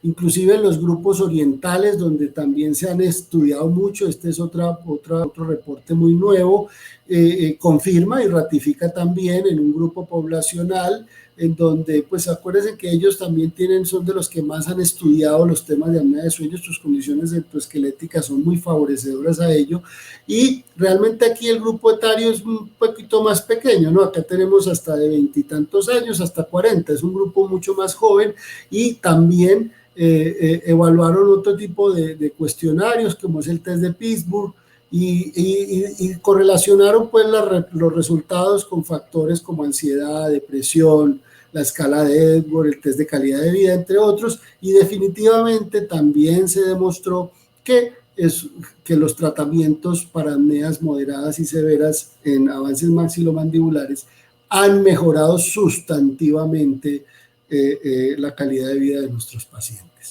Para terminar, me voy a robar unos 15 minuticos, no sé, doctor, si se puede hacer. Sin problema, tú, por favor, sí. Este es tu auditorio, mano. Perfecto. Esto pues es una imagen de muchos dispositivos de avance mandibular, solamente quiero explicar algo adicional, cerrando un poquito el capítulo de cirugía ortognática en distintos escenarios como les he mostrado, es meternos o introducirnos un poquito en un campo de los cuales los cirujanos también manejamos algunas cosas y que coadyuvamos, o sea que yo en mi caso pongo dispositivos hace años, pero hay muchos colegas que no los ponen y me interesa mucho que los que lo pongan, pues nosotros los cirujanos podamos apoyar en ese concepto. Es el rescate articular. La primera pregunta a la que llevamos es, bueno, tenemos un grupo de pacientes que tienen una adherencia hasta el 50% en promedio al CPAP. Yo siempre intento que el paciente se mantenga en el CPAP cuando sus condiciones son de larga data. Sin embargo, tenemos este grupo de dispositivos de avance mandibular, pero tenemos ese mundo de pacientes en donde tienen alteraciones o no alteraciones de articulación. Entonces, la primera pregunta que se nos viene y que me la hacen muchas veces los colegas es, ¿se le puede poner un dispositivo? Se analizan las variantes y se determina que sí. Pero resulta de que aquí tenemos dos modelos. El paciente que no tiene ninguna disfunción articular y el paciente que sí tiene una disfunción articular. En mi caso, como estoy en una clínica de alto manejo otorrinolaringológico, entenderán que una cantidad de patologías de oído que no lo son o que tienen correlación con oído, pero son más articulares, pues llegan todo el tiempo. Quizás podríamos decir que la casuística que más llega de trastornos articulares, por lo menos en mi ciudad, quisiera pensar que es en la clínica porque es demasiado alta. Quizás porque piensan que es una otalgia, que es un trastorno auditivo y resulta de que no es auditivo. Entonces, este mundo de pacientes que tienen trastornos articulares camuflados, escondidos, es un mundo también importante. Yo diría que es otro submundo, porque entonces aquellos dispositivos que podamos poner en nuestros pacientes pueden generar un trastorno articular mucho más agudo y entonces se transforma el doctor en un generador de un problema y no en un solucionador de un problema. Entonces ahí viene nuestro término rescate articular. ¿Cómo podemos nosotros, los cirujanos principalmente, que ayudamos o intervenimos la articulación para mejorar las condiciones y poder permitirnos el diseñarle un dispositivo de avance mandibular, que no me voy a centrar en ese punto? Primero debemos reconocer variantes. Una de ellas, definir la etiopatología de esa disfunción articular. En algunas ocasiones, pues uno de los trastornos, digamos, asociados a sueño y que debemos tenerlo muy claro en la parte odontológica, el bruxismo no es un problema dental, métanselo en la cabeza, el bruxismo es un problema completamente incrustado en la fisiopatología del sueño. El bruxismo es 100% cerebral, estoy hablando de bruxismo de sueño. Existe otro término acuñado como bruxismo de vigilia, no me voy a centrar en él, que es más un hábito que una fisiopatología del sueño. Pero este bruxismo de sueño, pues entonces debemos tener en cuenta que es uno de los primeros elementos a considerar a la hora de analizar nuestro paciente de SAOS o nuestro paciente de ronquido, porque aquí ya se nos diversifican las alternativas. Yo no meto a un paciente a operarle una cirugía bimaxilar por un ronquido, eso no lo hacemos, pero sí lo ingresamos por una apnea de sueño. Pero para el término de manejo conservador, el primer elemento a definir es si nuestro paciente es bruxista. Si bien es cierto, hay varias formas de analizar con mucha competencia, les voy a dar algunos tipsitos sencillos. Las causas posibles, las probables y las definitivas. Posible es un reporte de que él se aprieta, chilla, mueve, todo lo que digan y con los adjetivos que utilicen al dormir. Quien lo diga y como lo diga. Ese es un reporte, es un posible bruxismo. Probable, nos vamos a esa información, vemos la boca y es probable que, pues esto es lógico, o sea, aquí no hay nada que analizar más allá de, vemos una fisonomía, vemos una hipertonía bilateral maceterina, hipertonía de músculos temporales, vemos características en hombres y mujeres que nos llevan a ver un biotipo que sin abrirle la boca podemos inferir que es una causa posible y que más que posible es muy probable. Pero No olvidemos, sobre todo nosotros como odontólogos, que existen muchas más patologías de desgaste de bucales que desgastan. Hay atriciones, abrasiones. Ustedes saben más que yo de eso. Lo probable, entonces, se suma lo clínico más el reporte. Ya tenemos una duda razonable. Tenemos condiciones fisiológicas, fisonómicas, anatómicas y funcionales que nos llevan a decir, este paciente no necesito más estudios para evaluarlo. Pero cuando tenemos o queremos dar diagnósticos definitivos, debemos sumar polisomnografías, composición de electrodos adecuados, entre otras formas de poder diagnosticar. Pero esto quiero dejarlo como sentado. Cuando ya nosotros nos ponemos un poquito a detallar, pues podemos volver a esos elementos diagnósticos que tenemos a nuestro alrededor. Uno de ellos, hoy por hoy, cada vez más uso la tomografía Combin para ver, más que la tomografía médica de pues multicorte con equipos importantes, me gusta más la tomografía Econo para ver porciones óseas, porque aquí podemos ver muchas cosas. Aquí podemos observar alteración, formas, esclerosis, alteraciones, amplitud o disminución de espacios articulares, sin llegar a una resonancia. O sea, este es un estudio diagnóstico, hoy en día se hace mucho más fácil de hacer a nuestros pacientes y que nos permite tomar opciones cuando queremos evaluar e ir un poquito más allá. No quiero decir con esto que todos se les deba hacer, pero si nosotros en nuestra práctica podemos establecer protocolos, fácil.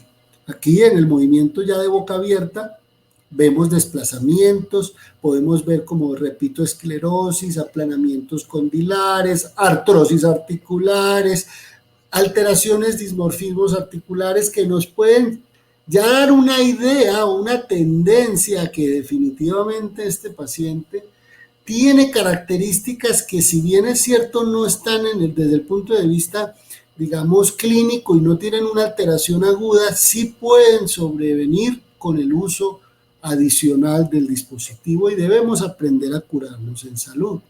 No quiere decir que no se pueda, quiere decir que debemos tener un diagnóstico previo para poder iniciar su plan de trabajo. Entonces, si yo cuantifico eso, pues tenemos algunos criterios para considerar en este paciente que sea bruxista y que ya vaya teniendo alteraciones condilares. Si nos relatan más de 4 episodios por hora, si las activaciones musculares de bruxismo que todos conocen, pues pasan, digamos, a ser demasiadas. Esto es más cuantificable a nivel de las polisomnografías que la clínica. Cuando el paciente, pues los podemos subdividir en baja frecuencia y en alta frecuencia, ¿no? O sea, aquellos pacientes que producen estos movimientos episódicos, más de 2 episodios hora sueño, o aquellos que tienen alta frecuencia. Entonces, a ese tipo de pacientes, el de alta frecuencia es el típico paciente que cada que les llega la consulta de dispositivo, les desbarató el dispositivo 1, les desbarató el 2, les desbarató el 3, y entonces se la pasan ustedes sufriendo porque les tienen que dar muchas garantías de aparatos, o desde un primer momento definir cuál es el mejor aparato para un paciente de alta frecuencia de bruxismo. Entonces, esos son tips que les quiero dejar claros. Importante evaluar la calidad del sueño del paciente en su historial, cómo se alimenta, qué medica, qué cuentan los demás, si tiene dolores, cefaleas. No voy a entrar mucho como a profundizar por razones de tiempo. Evaluar la rutina, las características de su vía respiratoria, los desgastes que ya hablábamos, cómo es su respiración. Si podemos hacer una polisomnografía, fabuloso, porque nos complementa entre una cosa y la otra que hablábamos, si es que hay criterios que se consideren posibles, no quiere decir que sea ideal. Y determinar algunos estudios digamos, de catecolaminas en orina nos pueden dar una tendencia también asociativa a bruxismo y tratamientos hormonales, entre otros. Y enfocarnos en si tiene o no trastornos temporomandibulares. Para ello, este articulito que es bien valioso, nos ha permitido algo que siempre ha sido muy difícil, evaluación biomecánica de la articulación con el uso de los dispositivos. O sea, realmente todas las publicaciones que han dado la literatura han tratado de controlar muchas variables, pero no han logrado, y los estudios con elementos finitos lo han permitido. De la Universidad de Ámsterdam hicieron un estudio bastante importante en donde con un dispositivo de avance maxilomandibular con protrusión de 1 hasta 10 milímetros, se fue titulando, se empezó a predecir cuál era el estrés o la tensión que podía generar en condiciones de normalidad un dispositivo. Repito, eso es muy difícil en cada condición esquelética, pero es una orientación. Y definitivamente los movimientos de migración anterior de las estructuras articulares, que son los movimientos normales, en este caso con dispositivos se transforman en forzados, pues sugirieron pues, realmente que habían alteraciones musculares y cambios dentro de la articulación. Pero aquí podemos observar cuáles son los puntos de tensión o de fatiga o de estrés. Realmente aquí podíamos determinar o se pudo concluir que definitivamente lo que se pretende llegar con un dispositivo de avance siempre es a la máxima posible de acuerdo a la cuantificación de protrusión medible en el paciente, que eso pues es un tema de otro estudio. Y acá se podía determinar cómo en los puntos de elementos finitos pues se generan contracciones o movimientos de estrés. Sí lo hay. ¿Este estrés deforma la articulación? No ha podido ser demostrado hasta ahora. Este estrés en una máxima protrusión superando la eminencia articular, que es lo que genera el dispositivo, ¿representa alguna alteración mayor en la máxima protrusión? No, la representa más en condiciones de relación céntrica que de protrusión máxima en el estudio de elementos finitos. Por lo tanto, no podríamos determinar que un dispositivo vaya a generar alteraciones mayúsculas, pero sí a nivel de tejidos blandos cuando el paciente tiene disfunciones o contracciones musculares, polimiositis, que es un tema importante de tomar en cuenta. Una de las razones o cómo se determina de qué forma nosotros los cirujanos podemos ayudar a esas articulaciones enfermas, pues está sustentado en aquellos procedimientos que han venido dándose a lo largo de los años. Unos se hacían más, otros se hacían menos, y entre ellos, pues, las publicaciones han sido muy distintas, muy disímiles, y los resultados, en lo que más me gusta a mí consultar siempre, que son metaanálisis, es evaluar cuáles son los mejores manejos o cuáles son los que presentan mejores o peores características. Realmente no hay un consenso. Yo hago cirugía artroscópica, no todos los cirujanos hacemos cirugía artroscópica, la mayoría hacíamos cirugías abiertas, pero estos estudios pues enfatizan que realmente hay ciertas variantes que mejoran en la cirugía artroscópica y otras variantes que mejoran en la cirugía abierta. ¿De qué depende? Primero, de la habilidad y pericia que tú tengas cuando haces cirugía artroscópica, porque la cirugía artroscópica no la puedes hacer en todos los casos y para todas las soluciones, y en manos de muchos, de grandes expertos, pues quizás sí, pero técnicamente no es el común denominador. La cirugía artroscópica hoy en día se constituye como un arsenal más o una herramienta más para tratar, ¿Por qué? Porque la artroscopía anteriormente, como muchos de mis maestros lo conocían, era para ver. Y solamente con entrar, ver y lavar, porque hay que utilizar una infusión constante de solución, pues genera una expansión de tejidos y da un falso efecto de mejoría. Sin embargo, son tratamientos que pueden ser de gran ayuda cuando lo hacemos para el objeto que lo hacemos. Entonces, en nuestro caso, pues utilizamos un equipo que se aplica en muchas cosas, pero la acoblación es un método que tiene unas punticas. En la clínica uso las más finitas, que son de otorrino, por cierto, y se utilizan unas cánulas y un artroscopio para ese fin. ¿Qué es lo que se ve? ¿Qué es lo que tú ves porque nosotros no operamos ni radiografías, ni con BIM, ni resonancias? Lo que operamos son pacientes y síntomas. Entonces, generalmente cuando vas a operar una articulación, si los síntomas son de un lado, igual los que hacemos cirugía artroscópica abrimos los dos lados, por lo menos abrir es acceder a ellos para observarlos. ¿Por qué? Porque ya está dormido el paciente, pues es mejor hacerla de forma bilateral, porque a veces hay muchas condiciones ocultas. Entonces aquí pues podemos observar clínicamente una articulación muy sana y vemos un nivel de degradación. Esto no es la misma articulación, estos son distintas articulaciones y podemos observar elementos que se hacen distintos y que a veces explican esos niveles preexistentes de problema.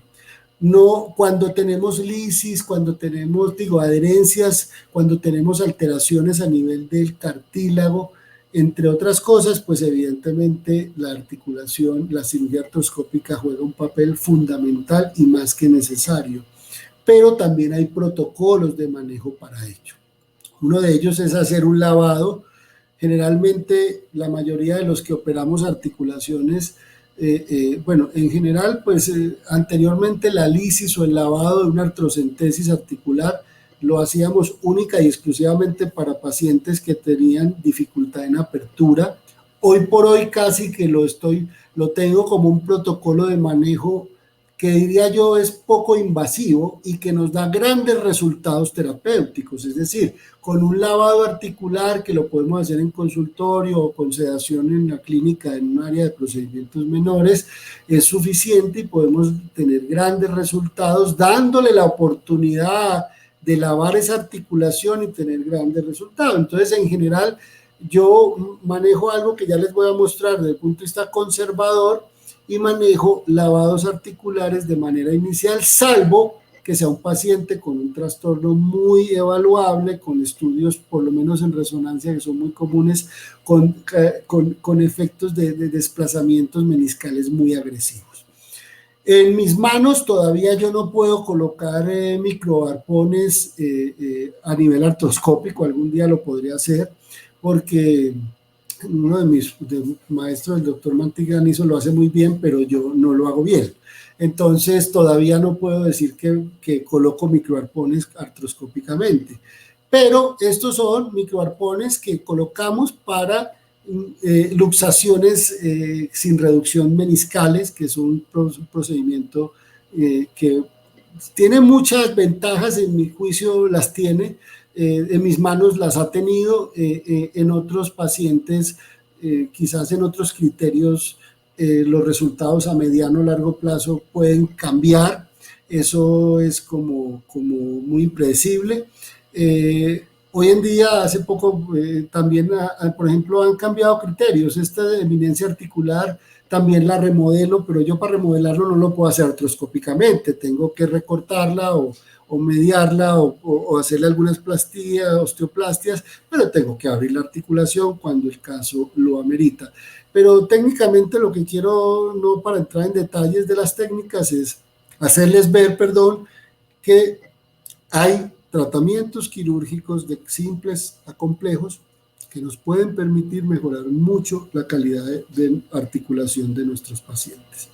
Ya terminando, quiero mostrarles cómo es mi protocolo con el que yo utilizo, digamos, el manejo conservador en los pacientes. Esta es una férula mandibular de día. Esto generalmente, la mayoría de patologías que yo más observo articulares son compresivas, tanto en pacientes bruxistas como pacientes que llegan con el otólogo con tinnitus, como pacientes que llegan no recuerdan alteración, digamos, unas historias muy largas de disfunción articular, son casos muy agudos, pacientes con tensión muscular, donde pues, se conjugan algunas cosas, entre ellas descomprimir esto, porque realmente estamos muy conducidos a manejar trastornos articulares de 10 a 6, como digo yo, de 10 de la noche a 6 de la mañana, y el resto del día, ¿qué? Entonces, cuando eso sucede, lo mejor digamos que podemos tratar de hacer, pues yo no les pongo una férula arriba, porque la férula arriba, pues ahorita con cubrebocas, pues no tiene problema, pero puede ser, solamente que es más fácil o más cómodo para un paciente tener una ferulita mandibular que no molesta, que la puede usar durante el día. Evidentemente está levantada mínimo 2 milímetros, de 2 a 3 milímetros, se hace programada con modelo superior, modelo inferior, se levanta la mordida y se balancea de tal forma que al paciente no le genere puntos incómodos y se hace hasta premolares. ¿Con esto qué logro? Descomprimir transitoriamente la parte articular. ¿Cuánto tiempo la utilizo? Dependiendo de síntomas, entre 2 y 3 meses generalmente. Luego le digo al paciente, déjala ahí. No duerme con ella, solo está durante el día. Se la quita para comer, para higienizarse, la mantiene durante todo su día. ¿Qué hago en la noche? Es variable. Todos conocen las férulas de programación, pues de desprogramación neuromuscular, todas las férulas oclusales. Ustedes son más expertos que yo en todo eso. Yo utilizo un recurso que me es más valioso y son las pistas planas programadas que no son de pediatría, son para adultos. Yo las modifiqué haciéndole pues una típica placa Howley con un arquito arriba y adelante, y abajo le pongo un tornillito expansor porque siempre hay que activar. El de arriba no lo pongo, fastidia mucho la lengua. Estas son pistas que se las pongo a los pacientes de forma nocturna. No quiere decir que sea la única solución, pero es una maravilla. ¿Por qué lo es? Porque el paciente no aprieta entre diente y diente, no fricciona entre diente y diente. Las pistas en la parte interna son las que sujetan esta función. ¿Qué cambios se tienen? Cambios a nivel de cefaleas, que hoy en día los reclasificaron los neurólogos de cefaleas tensionales a migrañas tensionales, cambios en el apretamiento, mejoran la propiocepción, evidentemente protegen la articulación, los dientes no se desgastan porque no están friccionando nada, y pues digamos que los resultados a lo largo de 19 años que llevo manejando esto son enormemente fabulosos. También uso férulas desprogramadoras superiores en los pacientes clase 3 mandibulares, pero digamos que quiero dejarles este tipcito que es humildemente lo que más utilizo en mi consulta, y esta sí es de manera nocturna y como les digo yo a mis pacientes hasta que a mí me salga pelo. Para finalizar, quiero darles unas conclusiones de toda esta cantidad de palabras que he podido llevar en esta hora 20 minutos. Primero, los porcentajes de adherencia a los dispositivos de presión positiva, sea CPAP, BiPAP o Octocipap, pues permiten considerar otras alternativas de tratamiento, lo que hace amplísimo nuestro manejo como odontólogos en el campo de la medicina dental del sueño. La cirugía de las vías aéreas superior no ha alcanzado un grado de evidencia científica notable debido a las dificultades para realizar estudios aleatorizados de alta calidad. No quiere decir que no, pero el que más se ha estudiado en la literatura es la ubulopalatofaringoplastia. Y si aquí hay otorrinos en el foro, podrán no dejarme mentir que ha demostrado con el tiempo que es un procedimiento que no da los resultados esperados. En algunas ocasiones funciona muy bien en el posoperatorio, 1 o 2 años, y después está el paciente en la consulta diciéndole al doctor, volví a hacer todo lo que tenía. Por lo tanto, aunque es el estudio más específico de evaluación o el procedimiento, disculpe, más específico, no ha alcanzado los resultados esperados, desafortunadamente. Ahora con técnicas de pronto con suturas con suturas que hacemos en la clínica, estas suturas barbadas que mantienen una mayor estabilidad a lo largo del tiempo, se han logrado mejores resultados, pero en pacientes que veo, por lo que eso no lo hago yo, lo hacen pues mis colegas expertos en eso, que han tenido una curva de aprendizaje muy grande en ubulopalatofaringoplastias con técnicas convencionales. Ahora con las suturas barbadas pues han logrado resultados muy predecibles con algunas cetaplastias y con mejorando vías respiratorias. Sin embargo, ya son muy conscientes de lo que no eran antes, de que las cirugías esqueléticas se vuelven digamos, un andamiaje más para resultados mucho más predecibles. Las publicaciones sobre los avances maxilomandibulares lo convierten en una alternativa consistente al tratamiento con CPAP. Hoy por hoy, como les mostraba, hay mucho más de lo que nos respalda y ya no estamos tan solos en el planeta. La prevalencia del SAO se incrementa con la edad en ambos sexos, y esto es bien importante. Cabría esperar un incremento, evidentemente, del índice residual en todos esos pacientes.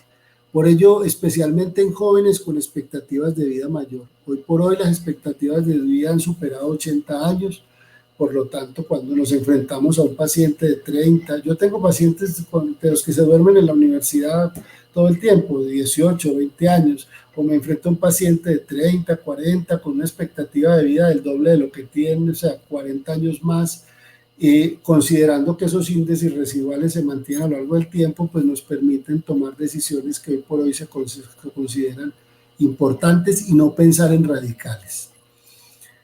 En relación a los dispositivos de avance, pues existe cierto consenso en que pueden estar indicados en casos leves e incluso moderados de apnea obstructiva del sueño. Yo tengo uno que otro en casos severos que deciden por algunas comorbilidades asociadas no hacer procedimientos quirúrgicos más invasivos.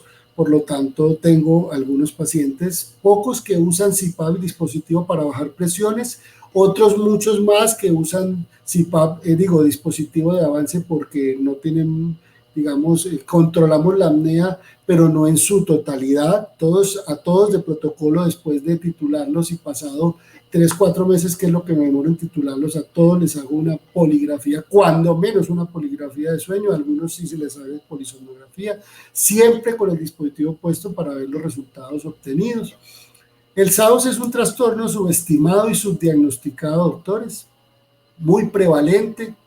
Si bien es cierto, la literatura americana es de 2 al 4% su población global, en la europea es de 2 al 11%, y realmente pues la cantidad de pacientes roncadores que hay, yo creo que me quedo corto en el 40%, les permite abrir muchas expectativas de lo que podemos nosotros hacer por ellos. Los procedimientos quirúrgicos que actualmente se utilizan para el tratamiento de las disfunciones articulares en ATM varían ampliamente, como les decía hace un momento. Artrocentesis, artroscopía, artrotomía o reemplazos articulares, que es un tema un poquito más complejo para este chat. Se debe implementar un enfoque conservador, no invasivo, para el paciente con signos y síntomas episódicos.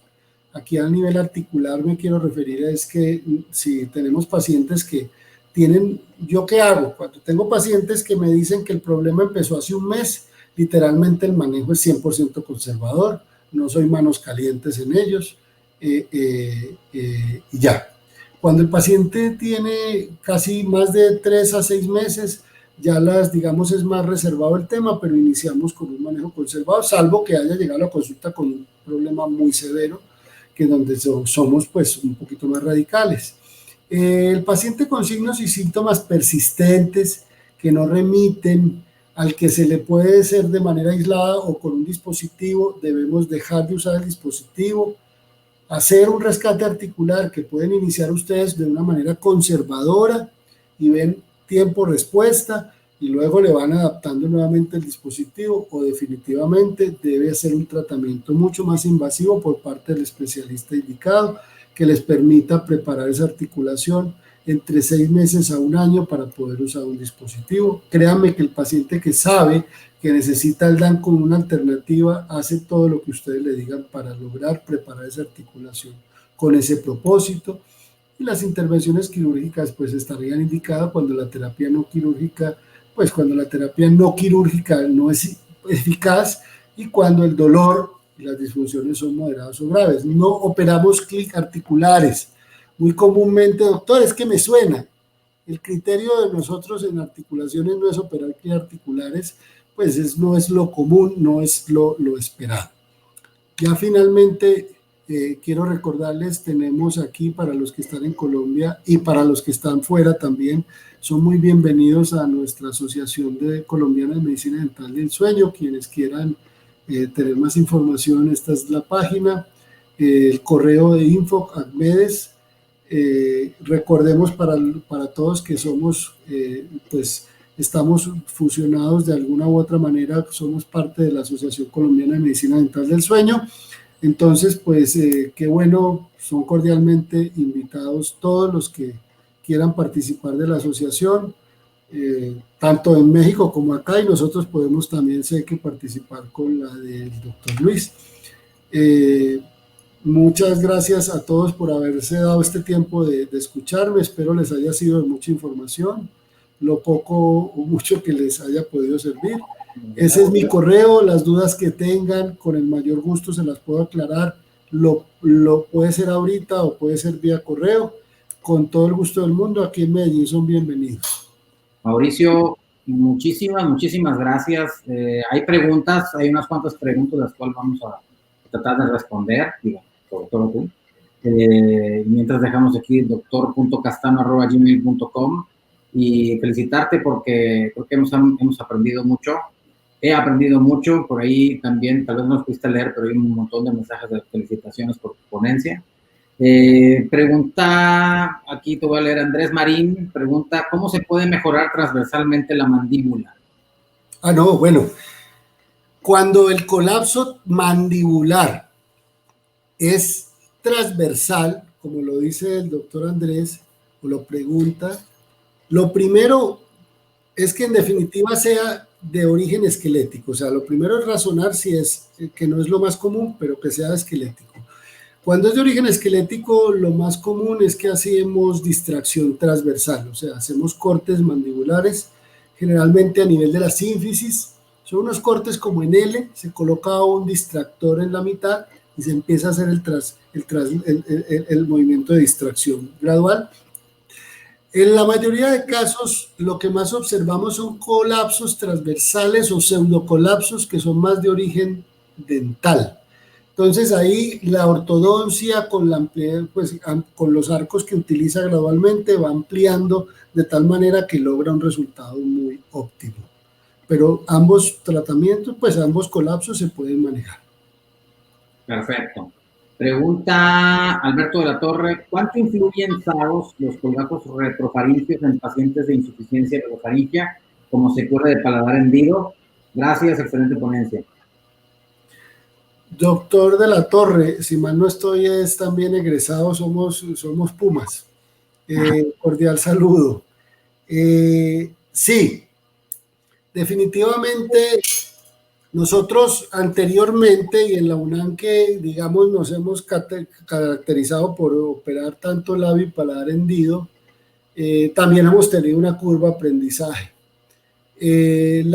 Anteriormente nosotros nos basábamos 100% en cerrar, digamos, los paladares, en tratar las insuficiencias, en este caso, como lo menciona el doctor Alberto, con un colgajo retrofaringio de base inferior, superior, como la anatomía nos permitiera.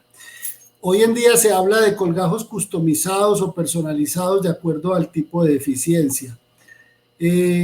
Influye porque lo primero que nosotros no hacíamos era diagnosticar adecuadamente la deficiencia o la insuficiencia. La razón, muchas, entre ellas la mayoría de los procedimientos que en México hacíamos, porque participé de muchos con el maestro Rafael Ruiz y el equipo de la universidad con la Fundación Renacer, era el que vamos a brigadas donde no tenemos la capacidad por muchas razones de hacer diagnósticos precisos. Entonces en aquellos pacientes es muy difícil poder hacer videofluoroscopias, nasofibroscopias, hacer movimientos, todos los fonemas, los lexemas y poder diagnosticar inclusive con foniatría y fonoaudiología las características por donde mejor resultase. Entonces a veces desafortunadamente duele decirlo, pero trabajábamos muy a ciegas, aunque nos quedase muy bien. El otro factor es que tratamos mucha población pediátrica y esa población pediátrica es muy difícil determinar si es una condición sindrómica que sobrevenga también alteraciones de crecimiento y desarrollo. Porque en esas poblaciones, desafortunadamente, si no hay un control ortopédico y posteriormente ortodóntico que coadyuve a esto, se nos quedan, digamos, con colapsos que pueden generar esas deficiencias secundarias ventilatorias de un paciente a futuro. Entonces, hoy por hoy, aquellos pacientes que operábamos hace 10, 15 o 20 años probablemente se han replanteado, inclusive ya hay publicaciones que lo dicen, cuáles son las consideraciones de evaluación, porque la fibrosis que se da a nivel de ese paladar posterior, pues mejora mucho el habla, mejora mucho esa voz hipernasal cuando se hacen estos colgajos, pero en muchas ocasiones nos generan deficiencias ventilatorias. Esas deficiencias ventilatorias desafortunadamente no hay cómo generalizarlas, son totalmente personificadas y quisiéramos que todos esos pacientes les pudiéramos hacer hasta una simple poligrafía pre y una post para saber los cambios. Eso definitivamente es muy utópico.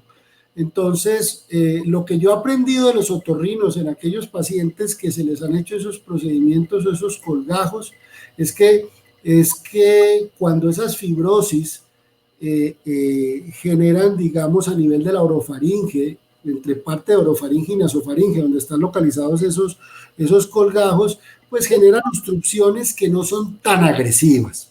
Si la pregunta es, ¿incide? Sí incide. ¿Son muy agresivas? No son tan agresivas, porque la mayoría de las obstrucciones son a nivel de base de lengua, en la mayoría de los pacientes cuando están en posición supina, y eso es lo que hemos ido aprendiendo hoy por hoy con las nasofibroscopias inducidas, pues él dice. Hemos aprendido mucho de esa información en aquel grupo de pacientes. Espero haberle, doctor Alberto, explicado un poquito. Sí, no, yo digo, hasta yo entendí, man. Te pregunta por último Manuel Loaiza González, doctor, pero si la obstrucción es retrolingual, ¿es la única forma que sirva el dispositivo? Pero si es retropalatina, ¿no serviría? Manuel Loaiza González. Al doctor Manuel Loaiza un saludo, que lo conozco muy bien, un gran cirujano del eje cafetero. Manuel, pues realmente lo que yo les mostraba en los estudios iniciales de CONVIM definitivamente es real. Cuando las obstrucciones son retrolinguales, sobre todo las AP, o sea, las obstrucciones, los avances que hacemos con un dispositivo mandibular, porque es que te entiendo, la pregunta es con el dispositivo, resultan ser muy bondadosas y dan muy buenos resultados. Pero la literatura en este sentido, y a mí me ha pasado y realmente la ratifico, es cuando la obstrucción fuera de ser AP es lateral, el factor predictivo positivo se reduce sustancialmente entre un 15 a un 25%. ¿Qué quiere decir esto? Cuando nosotros simplemente hacemos una nasofibroscopia, bueno, no yo, la hace en este caso pues la cantidad de otorrinos que hay en la clínica, siempre se hacen pues dos maniobras, la de Müller, que es la típica, donde se le hace al paciente inspirar, y la otra, la de Smarsh, que es el movimiento de avance mandibular, con el fibroscopio en posición. Definitivamente ahí, que es una posición simulada sin el paciente en relajación, los resultados te demuestran en la mayoría de los casos que los cierres AP mejoran sustantivamente, pero los laterales no. En cambio, ese mismo paciente, que ya lo hemos hecho en muchos casos, le hacemos también una somnoscopia y nos cambian los resultados impresionantemente. Una vez que vemos la colapsabilidad, generalmente cuando son colapsos laterales, que son casi que el caballito de batalla en el donde los resultados esperados no eran los mejores, ahí es donde he aprendido mucho a ver hasta dónde puede mejorar en relación a la parte retrolingual. Y en lo que preguntabas con respecto a la parte de nivel de retropalatina, te podría decir que los procedimientos de avance mandibular no son, de avance mandibular digamos, con dispositivos, no resultan ser las mejores elecciones para ese punto en específico. Pero no olvidemos, Manuel, que las obstrucciones en la gran mayoría de nuestros pacientes son multinivel. No quiere decir que tengan un colapso en un solo punto. Y afortunadamente la menor de las obstrucciones es la retropalatina. Por lo tanto, si eso lo uniéramos a lo que le decía yo al doctor Alberto de la Torre hace un momento, cuando se hacen los colgados retrofaringios, pues sí incide y sí afecta. Pero afortunadamente es la zona de menor obstrucción, que eso pues está más que demostrado ya desde hace mucho rato por el grupo de otorrinos expertos en eso. Fíjate, Mauricio, que a mí me da mucho gusto que puedas tener la experiencia y que se la comentes a los demás, a los odontólogos, de hacer equipo con el otorrino que tiene entrenamiento en sueño. Lo que acabas de decir se nota esta relación cuando hacen los DICES o los DICES o las endoscopías despiertos, cambian del cielo a la tierra, pero no es común que el odontólogo tenga esa relación. Nos ha tocado tener conferencias con gente de otros lados del mundo, de España, de República Dominicana, etcétera, y no es común que exista esa relación. Y la verdad sería interesante poder inspirar a los odontólogos a que busquen los otorrinos, que bueno, ahí se entrenan en el sueño para empezar al odontólogo, que el otorrino también estén con entrenamiento en sueño para poder hacer esa dupla y poder entender mucho de lo que estás diciendo, porque no, gracias a Dios tenemos esa relación y lo entiendo, pero que muchísimos no saben, y eso apenas con esa relación, ¿no? Con esa relación otorrino-odontólogo, y cuando los invitan a todos los colegas a presenciar esos DICES o esos DICES, vale mucho la pena porque conoces mucho lo que es el estudio topográfico o cómo se mueve toda esta orofaringe, mesofaringe y hipofaringe cuando un paciente está dormido. Y ahí podemos hacer pruebas con el DAM, como tú dices, haciendo maniobras de SMART, etcétera. Eso lo hacen los colegas otorrinos y tener más profundidad, ¿no? Perfecto, sí, claro, totalmente de acuerdo contigo. Te mando a felicitar una vez más, Andrés Marín. Alberto Latorre te pone 100% Puma. No quiero ya quitarte más de tu tiempo. Te agradezco mucho, Mauricio. ¿Algo que quieres agregar? No. Invitarlos nuevamente a que hagamos equipo todos. Cada uno en sus diferentes países, estados, provincias, equipos y en donde funcionen, aprender un poquito a hacer equipo. Esto hay mucho campo para todos, lo importante es aprender a manejar algo de manera multidisciplinaria, no hay forma de ser todólogo, es la única invitación. Perfecto, y bueno, yo nada más para cerrar, invitarlos a la semana que entra, tenemos a la doctora Carolina Gutiérrez Sánchez, ella es otorrino de la Ciudad de México, fue una de las primeras otorrinos en México en entrenarse en sueño y en traer estas, como tú dices ahorita, las cirugías que no nada más son a glotopalato, sino también existen más y que ya han platicado varios colegas en estos webinars. Viene la semana que entra la doctora Carolina Gutiérrez Sánchez, otorrino, con seguimiento a largo plazo de pacientes con SAOS desde un punto de vista del otorrinolaringólogo. Ahí está su currículum, no nos falten, miércoles 14 a las 6 de la tarde. Y también aprovechar que, bueno, Mauricio, ya que estás aquí, ya tenemos cerca de más de 4 meses teniendo webinars con otorrinos, con fonoaudiólogos, con odontólogos, con maxilofaciales, con somnólogos, con terapistas pulmonares, maxilofaciales, neurólogos, neumólogos, etcétera. La verdad nos da mucho gusto el poder compartir valor y tratar de ser esa pequeña piedrita que genera una avalancha y que el odontólogo se fije más en la cuestión del sueño. Todos esos videos los puedes ver por el canal de YouTube de Flipadet o también el personal, que ahí están todos almacenados. Ahí vas a estar tú también, Mauricio, para que sirva de referencia a los demás que puedan ver tu plática.